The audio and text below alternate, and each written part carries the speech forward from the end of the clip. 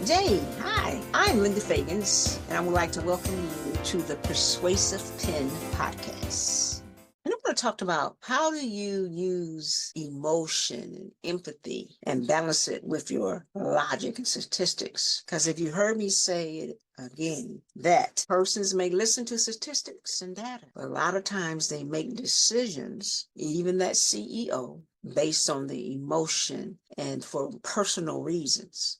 Now, remember, if anything you heard me say, you always must be aware. Who is your audience? Understanding this is the CEO, the stakeholder, your fellow colleagues, those on your team. Who are you writing to? And remember, we're not talking about manipulation.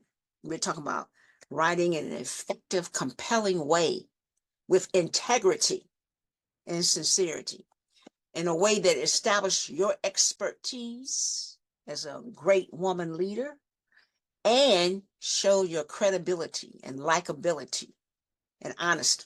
Manipulation and persuasion are two different things, but we're talking about how do you bring the two and join them together.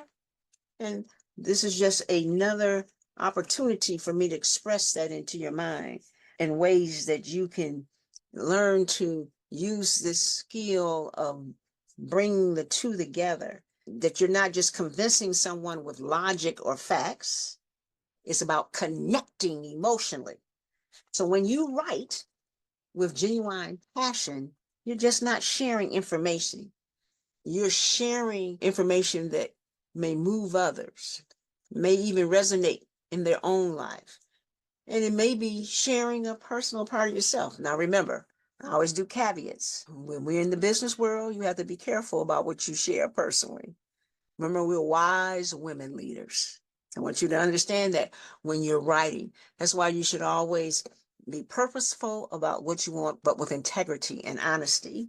And you be wise. Often when I'm writing, I have to go through and remember, who am I talking to? Why? What is my purpose?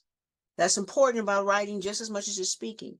Remember that writing is evidence, even though in this day and time we got the video cameras and so forth, but it's very important how and what you write. So how can you tap into this powerful tool? May was Mental Health Awareness Month. So what if you're talking to a nonprofit, or you're trying to advocate for some type of mental health services for a group of persons? And remember, this is a very sensitive issue, mental health, very private. So how would you talk about that issue, that you just don't want to persuade them with logic and facts, but connect with them emotionally? And I want you to understand how to do that. So, for instance, when we talk about mental health resources in our communities, is a topic rife with statistics, policy proposals, and while they are crucial, they don't often touch the heart. And it's important. And mental health can affect anyone. Women leaders period, and women leaders sometimes perfectionist tendencies. You can get stressed out, and I've done a talk on perfectionist tendencies, but that's not my purpose today. But I just want to show you the relevancy of issues that's in the corporate world as well as in the other aspects of the business world.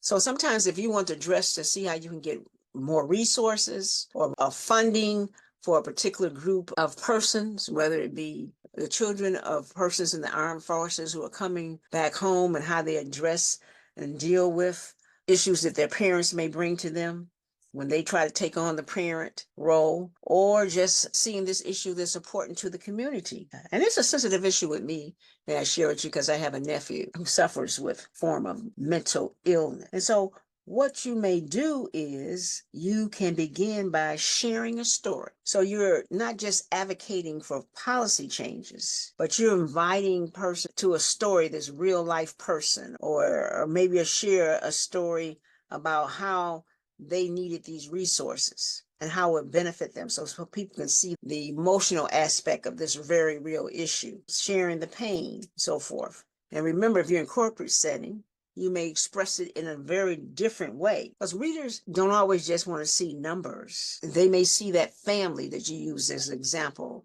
or that mother that needed the health care, or that woman leader that was faced with the need for some mental health care. And they can relate to that. They could share the pain. They can become involved. So when you write, remember to weave your experience or a story, because remember, you got to be wise about that. You got to know who you are talking to. You can use maybe some stories that you've learned, truthful stories, to weave in, and it becomes a powerful tool. It's just not about making a point. It's about making a what? A connection. When people see your heart, they're more likely to lend theirs to your cause. And that's one aspect of persuasive writing. You want to usually think of that as verbal, but also you've got to learn how to shine through when you're writing. When you're writing these proposals, that's what very important. Or you're writing for grants. They're looking for that. What's the human factor in this? Yes, the policy, and you got to have all that, but what's the human factor? Why is this grant should be granted? In this particular case, it's about moving beyond the surface. Persuasive writing is about moving beyond the surface and reaching deep into the reservoir of your shared human experience. It's just like when I share with you, it's a mental health month, and I chose something that was that could be resonate because I can relate to it because, as I said, I share with you that I have a nephew and I know the issues, and it can affect persons in the corporate structure with their own families. And you might be proposing something that's quite new and maybe not popular. And you've got to learn how to relate in that particular matter. And so you've got to find the right what? Balance to make your message just not heard, but deeply felt. And also the right balance where you're providing the data, the statistics, or what I would call the evidence, and balancing both. So after introducing your story, you don't just leave the readers with an emotional narrative. You don't want to do that because you know you're in the corporate structure, in the business world. You connected that narrative, though, or that story, or those stories of women or family members or persons in the community to tangible data and actionable steps. Did you hear me say actionable steps? This blend of heart and mind is crucial in persuasive writing. So after describing the story of someone who's been in the corporate structure or needing some mental health, or who's in the community issues that abound with this nonprofit that you might be working for, and you've introduced the statistics about it, like the number of people suffering or the number of children who are suffering. You show the lack of resources, the impact of these deficiencies on the community or on the family. These facts shouldn't just come off as cold. They just can't be numbers. They serve as a real honest, stark, factual backbone to the emotional side of this issue, which you want to come in to have a call to action at the end. You could say something like 1 in 5 Americans experience mental health issues each year, and half of them, less than half, get the help they need. This shows that whatever story you gave, or this is not some isolated incident, it's a widespread crisis. And to deepen the connection, you might include quotes from mental health professionals and maybe testimonies from families who may have gotten help because they had this type of resources or they didn't get the help they need. So it enriches your writing and even reinforce your credibility when you get professionals who agree with your position. And you always want to be aware of your audience to get them to align with what you're saying, recognizing that this is not some poppycock that you're raising and you're a corporate leader, but very vital to the community. And maybe one of the important things about the corporate company that you work at is that they want to work with the community. That might be their part of their brand, to work with the community, to show their social consciousness. So that becomes very important. And so you begin to move, and then you're going to conclude with a call to action, urging your readers to support the specific mental health initiative or policy that you think is important to this nonprofit or even to a corporate structure that might want to help the nonprofit in the community to show is social consciousness. It would help them in the upcoming community meetings or petitions for policy change. So this wasn't just about raising awareness. You want to do more than that. It's about driving change. Having a call to action means you're going to challenge them to empower the readers to take some action and to help transform a condition or problem in the community with their empathy by them taking action steps. So when you write, think of your personal story as the hook that draws readers.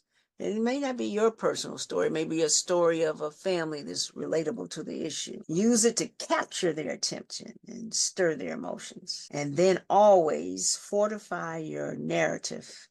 You're writing with solid data and evidence to build credibility and trust. This is a powerful combination. It makes your message resonate on a deeper level because it appeals to what? The heart and the mind. So I want you to remember today on this persuasive pen, and even though I chose a sensitive issue that really does affect all of us, I want you to remember that it's not just about what you want to say, but about what your audience needs to hear and what they need to feel. By blending some stories, using stories, even your personal story, with factual evidence, you can create a compelling narrative that is difficult to ignore or forget. And one thing about persuasive writing is you want to develop your expertise.